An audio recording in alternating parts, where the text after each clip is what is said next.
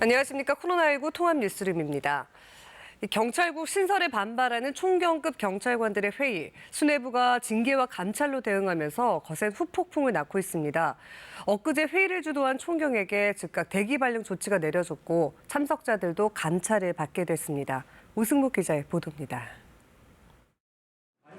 전국 경찰서장 회의가 끝난 지 1시간 반 만에 경찰청은 회의를 주도한 류사명 울산 중부경찰서장을 대기 발령 조치했습니다. 이유는 국가공무원법상 복종 의무 위반, 윤익은 경찰청장 후보자 등 수뇌부의 만류에도 회의를 강행했고 회의 도중 내린 해산 지시도 따르지 않았다는 겁니다. 회의에 직접 참석한 총경 50여 명에 대해서도 감찰이 시작됐습니다. 당사자들은 이렇게 빠르고 강경한 조치는 예상하지 못했다는 반응입니다. 경찰의 앞날에 대한 중요한 결정을 한번 의논해보자. 그것이었는데 갑자기 그것을 불법으로. 회의에 참석한 서장들은 관할 지방 경찰청장에게 관내 여행 신고도 마친 상태였습니다. 그런데도 감찰 등이 뒤따르자 반감이 더 고조되는 분위기입니다. 류 전 서장은 오늘 윤 청장 후보자를 만나 회의 결과도 전달할 예정이었습니다. 당초 윤 후보자 측에서 먼저 연락해 면담 일정을 잡았다가 급작스런 대기 발령과 함께 무산된 것으로 전해졌습니다. 류 전 서장은 외부 압력 의혹도 제기했습니다. 회의 후에 약속까지 한 상태에서 회의 중간에 다른 이야기를 하는 것은 청장님의 뜻이 아닐 가능성도 상당히 있는 거죠. 경찰국을 통한 인사권 장악의 위험성을 실제로 보여주는 일이라고도 주장했습니다. 인사권 장악의 목적이 이런 겁니다. 부당한 지시를 내려도 순응해라 하지 않으면 넌 징계할 수 있다. 이런 걸 정확하게 보여줬기 때문에 윤 후보자는 주말에도 출근해 보고를 받았지만 특별한 입장을 내놓지는 않았습니다. 오는 30일 전국 경찰서의 경감 경위급 중간 간부들도 한자리에 모이자는 제안이 나온 가운데 경찰 직장협의회는 오늘 아침 경찰청 앞에서 류 전 서장의 인사조치에 항의하는 1인 시위를 시작했습니다. KBS 뉴스 오승목입니다. 이번 사태를 놓고 일선 경찰들의 반발이 다시 고조되고 있습니다. 휴일인 어제도 경찰 내부망이 상부를 비판하는 글로 들끓었습니다. 경찰 조직의 특성상 상명하복을 수뇌부는 강조하는데 이번만큼은 초광수 인사와 감찰로도 반발을 잠재우지 못하는 분위기입니다. 이어서 김준범 기자가 보도합니다. 경찰 공무원은 직무상의 명령에 복종한다.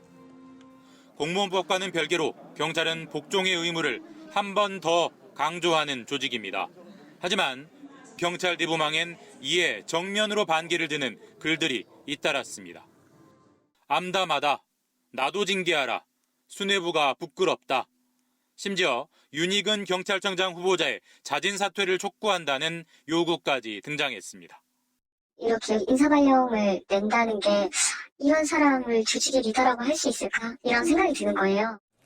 행안부의 통제안 등을 둘러싸고 그동안 누적되어 온 우려와 반발이 실질적 징계 움직임을 놓고 폭발하는 양상입니다. 군에 버금갈 정도로 위계가 강조되는 조직에서 이 정도로 노골적인 반발이 터져 나오는 건 이례적인 일입니다. 요즘 들어오는 젊은 직원이나 이 조직의 문화가 이게 부당이나 불법을 그대로 좌시하지 않는 분위기이기 때문에 휴일에 연 회의가 징계와 감찰 대상인지도 논란거리입니다. 수뇌부는 근무 기강을 해친 집단행동으로 보지만 회의 참가자들은 근무 시간 외에 이루어진 일종의 세미나와 다름없다는 입장입니다. 휴일에 사적인 용무 보겠다고 해놓고서 모인 거고 그걸 근거로 징계를 한다는 건 법을 넘는 초법적인 부분이죠. 따라서 이번 총경회의 주동자들에 대한 징계가 현실화되면 불복이나 법적 대응이 뒤따를 가능성도 높습니다. 직장협의회 등 일선 경찰들이 힘을 보태 더 큰 집단행동으로 이어질 수도 있습니다. 일정은 아직 미정이지만 윤익은 경찰청장 후보자는 조만간 국회 인사청문회도 받아야 합니다. 전례 없는 경찰 내홍과 동요 사태는 앞으로도 큰 고비들을 앞두고 있습니다. KBS 뉴스 김준범입니다. 국회가 오늘부터 한덕수 국무총리 등 국무위원들을 상대로 대정부 질문을 실시하는 가운데 행정안전부, 경찰국 설치 등을 두고 여야가 격돌할 것으로 보입니다. 국회 대정부 질문은 오늘 정치, 외교, 통일, 안보 분야, 내일 경제 분야, 모레 교육, 사회, 문화 분야 등 사흘간 진행됩니다. 행정안전부 경찰국 신설과 관련해 더불어민주당은 한 국무총리와 이상민 행안부 장관을 상대로 경찰국 신설 과정의 위법성 등을 묻겠다는 방침입니다. 반면 국민의힘은 경찰국 신설은 비정상의 정상화라며 민주당이 경찰 조직을 자극하고 대국민 선동을 하고 있다고 맞설 예정입니다. 북한 어민 북송 사건과 서해 공무원 피격 사건을 둘러싸고도 여야의 충돌이 예상됩니다. 중앙방역대책본부는 오늘 0시 기준 코로나19 신규 확진자 수가 35,883명이라고 밝혔습니다. 국내 발생이 35,540명, 해외 유입이 343명입니다. 입원 중인 위중증 환자는 어제보다 2명이 줄어 144명입니다. 사망자는 하루 새 17명 발생했고 누적 치명률은 0.13%입니다. 오늘부터 해외 입국자는 입국한 뒤 다음 날 자정까지 반드시 PCR 검사를 받아야 하고 음성 확인 때까지 자택에서 대기해야 합니다. 경기 침체 우려가 확산 중인 미국에서 TV에 출연한 재무장관이 관련 징후는 없다고 밝혔습니다. 성장이 둔화될 가능성은 있지만 자연스러운 것이고 치솟고 있는 물가 대책에 정책의 초점이 맞춰질 거라고 했습니다. 김기현 특파원입니다. 현재 미국에서 경기 침체 징후는 보이지 않는다고 제닛 옐런 재무장관이 밝혔습니다. 옐런 재무장관은 미국 NBC 방송 인터뷰를 통해 경기 침체는 경제 전반이 취약해지는 것이지만 상황은 그렇지 않다고 봤습니다. A recession is a broad-based contraction that affects many sectors of the economy. We just don't have that. 최근 석 달 평균 37만 5천 개 일자리가 새로 생겼고 소비 지출과 산업 생산이 지속적 증가세를 기록한 데 더해 가계 신용 상황이 전반적으로 양호한 점 등이 경기 침체와 다른 방향을 가리키고 있다는 겁니다. 옐런 장관은 대신 지난해 5.5%까지 치솟았던 미국 경제 성장률이 지금은 둔화되는 국면, 즉 이행기라며 이는 필요할 뿐만 아니라 적절한 것이라는 기존 입장을 재확인했습니다. 옐런 장관은 다만 현재 물가 상승률은 지나치게 높다고 우려했습니다. 그래도 미 연방준비제도의 기준금리 인상을 통한 물가 안정 대책이 효과를 낼 것으로 기대했습니다. 그러면서 연준이 시중 자금을 흡수하는 데 맞춰 연방 정부 역시 관련 정책을 통해 보조를 맞추겠다고 덧붙였습니다. The administration, for its part, is supplementing those Fed policies with things we can do. We've cut the deficit by a record $1.5 trillion this year. 미 백악관은 이례적으로 공식 홈페이지를 통해 옐런 재무장관의 인터뷰 발언을 그대로 소개하며 미국 경제가 침체 국면이 아니라고 재차 강조했습니다. 워싱턴에서 KBS 뉴스 김기현입니다. 개인 투자자들을 중심으로 공매도를 다시 금지해야 한다는 목소리가 커지고 있습니다. 금융당국도 검토할 수는 있다는 입장인데 정책의 효과에 신중한 모습입니다. 정재우 기자가 자세한 내용 전해드립니다. 연초부터 지금까지 코스피는 20% 정도 급락했습니다. 개인 투자자들은 주가 하락 요인 중 하나로 공매도를 지목하고 있습니다. 공매도는 먼저 주식을 빌려 팔고 나중에 빌린 주식을 되갚는 건데 주가가 내려가야만 수익을 얻을 수 있어 기본적으로 주가 하락을 기대하는 투자 방식이기 때문입니다. 이건 체험적으로 직접 피해를 보고 당하고 손실을 보고 그랬기 때문에 이제 그런 분노의 감정을 가진 사람들이 엄청 많은데요. 칼자루를 쥐고 있는 금융당국은 시장 안정 조치의 하나로 공매도 금지를 검토할 수 있다는 입장입니다. 실제로 금융당국은 코로나19로 증시가 폭락했던 2020년 3월부터 1년여간 공매도를 전면 금지했습니다. 외국도 필요하면은 그 시장이 급변하거나 할 경우에는 공매도 조치를 합니다. 그래서 저희도 당연히 시장 상황을 봐서 필요하다고 그러면 관건은 정책의 효과, 즉 공매도 금지만으로 주가 하락을 막는 게 가능하냐는 겁니다. 공매도를 풀어줬던 종목과 계속했던 종목들 간에 수익률에 유의한 차이가 나타나지 않고 있습니다. 공매도가 주가 하락의 주범이다라고 말하기는 어려운 것으로 보입니다. 또 지금은 상대적으로 시가총액이 크고 우량한 종목에 대해서만 공매도를 허용한다는 점도 고려해야 할 대목입니다. 다만 공매도 금지 조치가 주가를 끌어올리진 못해도 추가 급락을 막는 효과가 있는 만큼 개인들의 투매 심리를 누그러뜨리는데 어느 정도 도움이 될 거란 의견도 있습니다. KBS 뉴스 정재우입니다. 우크라이나 소식입니다. 지난 주말에 러시아군이 우크라이나 최대 곡물 수출항인 오데사항을 미사일 공격해서 곡물 수출 합의가 무산되는 거 아니냐는 우려가 나오고 있습니다. 러시아는 오데사항의 군사시설을 파괴한 것뿐이라고 맞섰습니다. 베를린 김기수 특파원의 보도입니다. 지난 23일 오데사 항에 대한 러시아군의 미사일 공격에 우크라이나는 강하게 러시아를 비난했습니다. 러시아와는 대화를 이어나가기 어렵다는 취지의 발언까지 나왔습니다.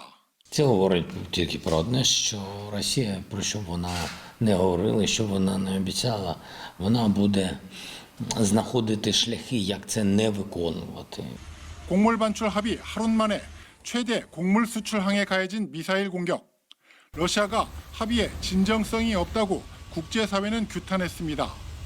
어렵게 합의를 이룬 흑해를 통한 곡물 반출이 무산될 수 있다는 우려가 나옵니다. 하지만 러시아는 우크라이나와 서방의 비난에 오데사항의 군사시설을 타격한 것뿐이라고 밝혔습니다. В морском порту города Одесса на территории судоремонтного завода высокоточными ракетами большой дальности морского базирования уничтожен находившийся в доке украинский военный корабль и склад, поставленный Соединенными Штатами Америки киевскому режиму противокорабельных ракет «Гарпун». 곡물 반출 합의에 대해선 따로 언급이 없었습니다. 자신들을 공격할 수 있는 군사시설만 파괴한 것이지 합의 파기는 아니라는 취지로 해석됩니다. 이와 관련 라브로프 러시아 외무장관은 자신들은 곡물 운송 문제뿐만 아니라 폭넓은 주제에 대해 협상을 할 준비가 돼 있다고 밝혔습니다. 그러면서 평화 협상을 원하지 않는 건 우크라이나와 서방이라고 말했습니다. Многочисленными, неисчислимым количеством его советников постоянно заявляют, что никаких переговоров не будет, пока Украина не победит Россию на поле боя. 라브로프 장관은 서방이 우크라이나의 싸움을 부추기고 있다며 그럴수록 우크라이나에 이롭지 않은 상황이 더 오래 지속될 뿐이라고 주장했습니다. 베를린에서 KBS 뉴스 김기수입니다. 이번엔 KB증권 연결해서 오늘의 주식시장 알아보겠습니다. KB증권입니다. 국내 증시가 이번 주 예정된 미국의 FOMC를 앞두고 관망세가 짙은 모습입니다. 코스피가 2,400선에서 등락하고 있고 코스닥은 개인의 사자의 혼조세입니다. 이 시각 현재 코스피는 9.87포인트 상승한 2,403.01에 코스닥은 0.24포인트 내린 789.51에 거래되고 있습니다. 지난 주말 미국 증시는 기술기업 스냅의 실적 실망으로 관련 기업들의 실적에 대한 우려가 커지며 주요 지수가 일제히 하락했습니다. 코스피는 외국인과 기관의 사자에 소폭 상승 출발했습니다. 현대차가 2분기 실적 호재에 장 초반 강세를 보이고 있고 기아 역시 동반 상승세입니다. 또 LG화학이 양극재 부분 호실적이 예상되며 장 초반 상승하고 있고 에코프로비엠이 3분기 호실적 전망에 3거래일째 오름세입니다. 한편 LG에너지솔루션이 보호예수 해제를 앞두고 이틀째 하락하고 있습니다. 이 시각 현재 달러화에 대한 원화 환율은 1,311원 70전에 거래되고 있습니다. 지금까지 KB증권이었습니다.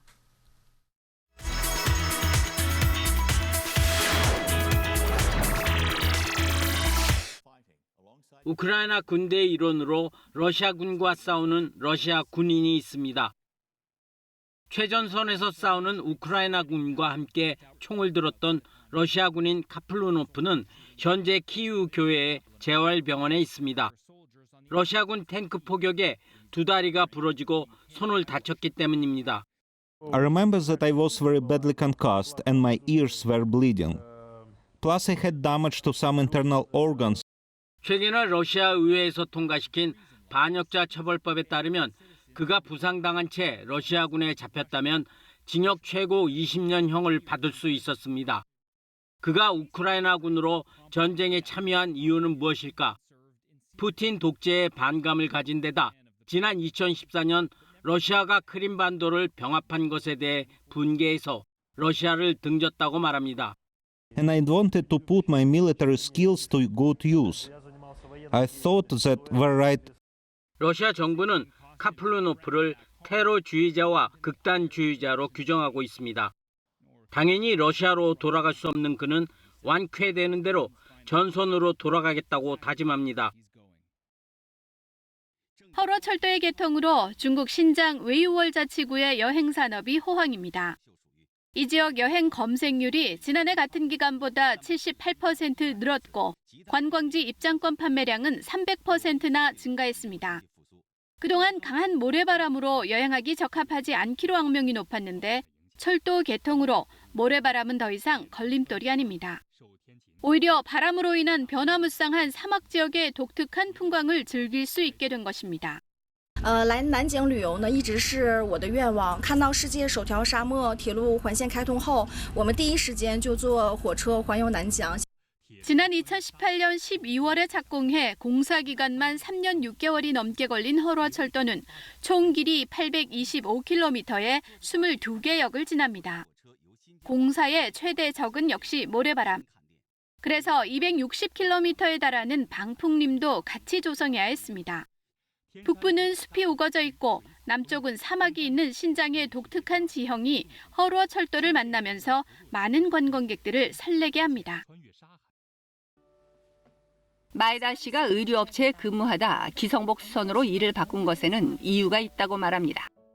어느 날 하루는 장애인들도 입고 싶은 옷이 있지만 너무 크거나 작아서 입지를 못한다는 이야기를 들었던 것이 직접적인 계기가 됐다는 것입니다.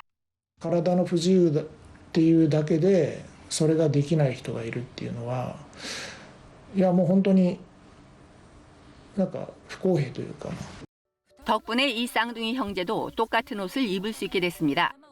선천성 질병으로 형이 머리 수술을 하면서 티셔츠를 입지 못했던 것입니다. 마에다 씨가 형의 티셔츠를 수선해 앞 단추를 단 덕분에 이 쌍둥이 형제는 제대로 된 쌍둥이가 됐습니다. 8살의 이 장이아는 화장실에 갈 때마다 바지를 모두 벗어야 했는데 수선 서비스로 바지 양쪽 부분에 지퍼를 달아서 불편을 줄였습니다. 어떤 누구도 관심을 가지지 않았던 장애인 의류 수선 서비스는 장애인들에게 의외의 즐거움을 선사하고 있습니다. 20세기 록의 살아있는 전설 영국 록밴드 롤링스톤즈. 올해가 결성 60주년입니다. 이를 기념하는 유럽 투어 공연이 프랑스 리옹에서 열렸습니다. 36도를 넘는 폭염보다도 공연장을 메운 5만여 관중의 열기가 더 뜨거웠습니다. 올해로 만 78세인 보컬 믹 재거는 수십 차례 프랑스에서 콘서트를 했지만 올해가 가장 뜨겁다며 프랑스어로 팬들에게 인사를 전했는데요. 스트리트 파이팅 맨, 엔지 등 히트곡을 연주할 때 이끼 끼지 않은 롤링스톤즈의 저력을 그대로 보여줬습니다.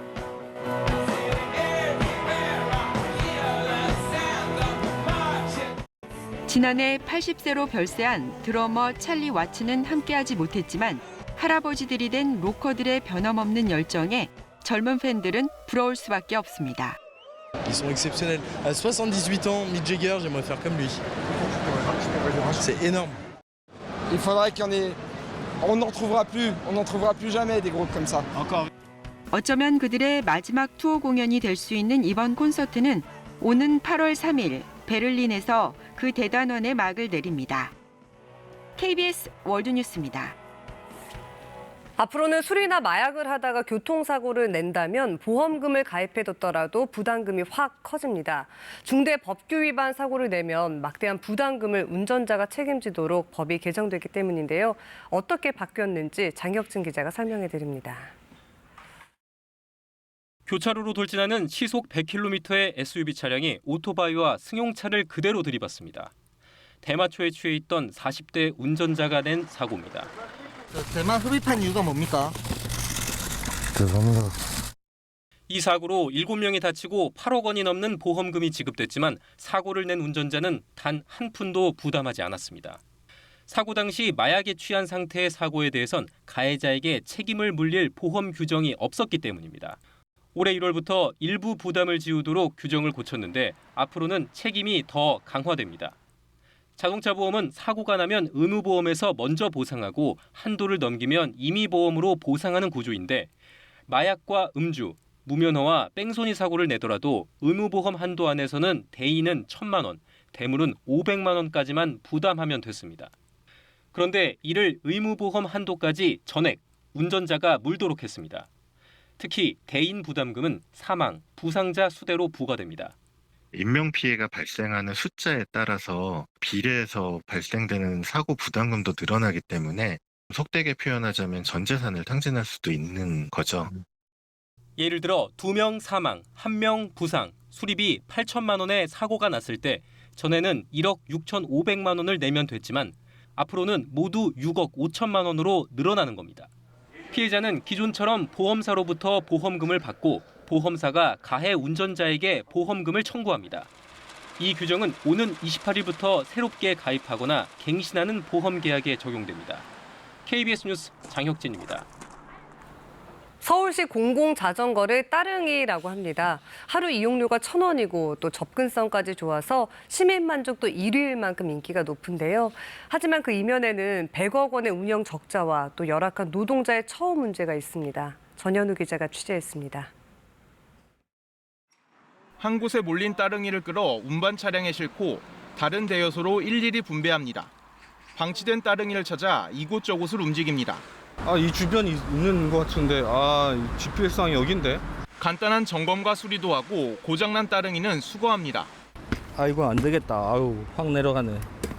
입고 해야 되겠다. 손소독제 교환부터 쓰레기 처리까지 오전에만 버려진 따릉이 10대를 찾는 등 26km를 움직였습니다. 이동도 많이 시키고 또 뭐 쓰레기나 아까 보셨듯이 소독제, 교체 여러 가지 하고 있습니다. 서울 시민 3명 중 1명이 이용하는 따릉이. 1,000원이면 이용할 수 있고 이용 만족도도 높아 매년 수천 대씩 늘고 있습니다. 따릉이가 늘어도 담당자는 따릉이 수에 비례해 늘지 않아 노동 여건은 갈수록 나빠진다는 게 현장의 얘기입니다. 따릉이 담당자들은 실질적 생계가 가능하도록 정한 생활임금을 보장해달라며 2년 넘게 법정 투쟁 중입니다. 자전거가 현장에서 움직이는 대수에 맞게 거기에 비례해서 인원이 늘려야 되는 거지 작년보다 한두 명 더 늘어났다고 더 늘어난 건 아니거든요. 따릉이 인기가 높아지면서 운영 비용도 급증해 지난해 적자가 100억 원을 넘었습니다. 기업 광고도 할 예정이지만 수입은 2년에 13억 원 수준입니다. 시민단체는 따릉이의 공적 성격을 감안해 예산 지원이 더 필요하다고 지적합니다. 서울 시민의 복지 아니면 공공의 서비스 차원에서 조금은 더 예산적인 면을 서울시가 확충하는 것이 필요하다고 보여집니다. 서울시는 따릉이를 생활교통수단으로 교통복지 차원에서 접근하고 있다며 운영 비용을 줄이면서도 노동자 처우를 개선하는 방향을 다각도로 검토 중이라고 설명했습니다. KBS 뉴스 전현우입니다. 6년 전 연극 햄릿에서 주요 배역을 맡았던 원로 배우들이 이번엔 조연이나 단역으로 다시 무대에 올랐습니다. 코로나19 재유행으로 출연진 가운데 확진자가 나와서 공연이 잠시 멈추기도 했지만 이번 주 재개될 공연을 앞두고 원로 배우들의 열정만큼은 그 어느 때보다 뜨겁습니다. 안다영 기자가 소개해드립니다. 무대를 가득 채우는 짧지만 강렬한 대사. 산 자는 참에 들고 죽은 자 눈을 뜰 때 깊은 물로부터 타는 불로부터 젖은 대지로부터 탁한 대기 속에서 기라성 같은 이 배우들이 맡은 배역. 극중 극의 배우 1, 2, 3, 4입니다. 이름도 없는 단역으로 대사는 7마디뿐입니다.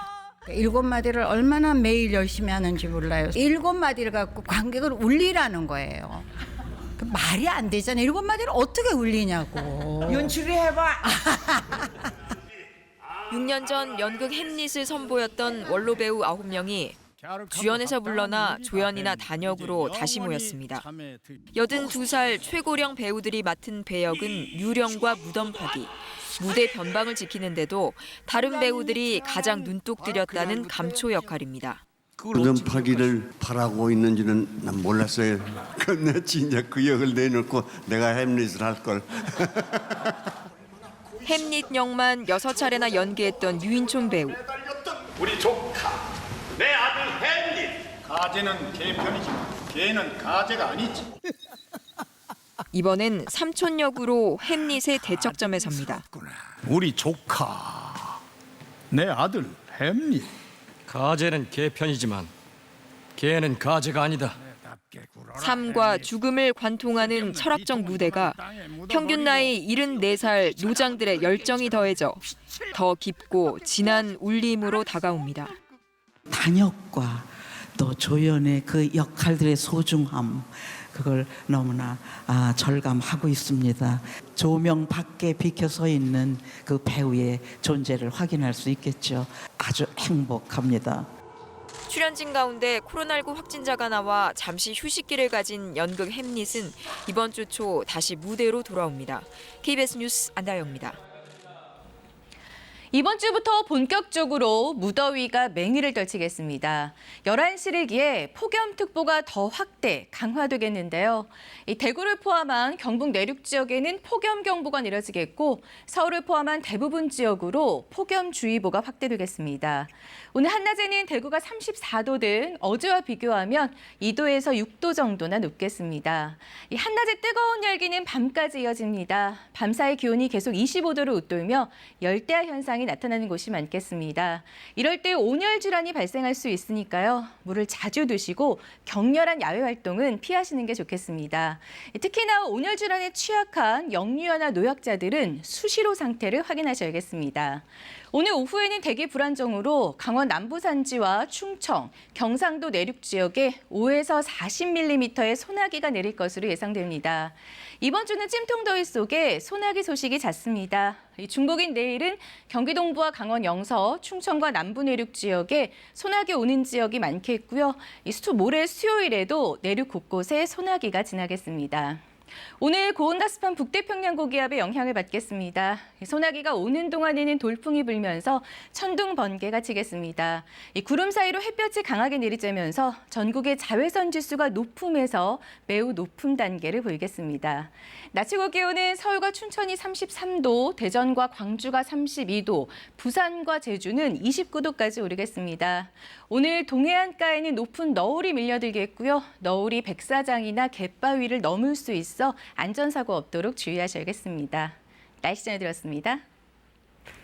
코로나19 통합 뉴스를 마칩니다. 고맙습니다.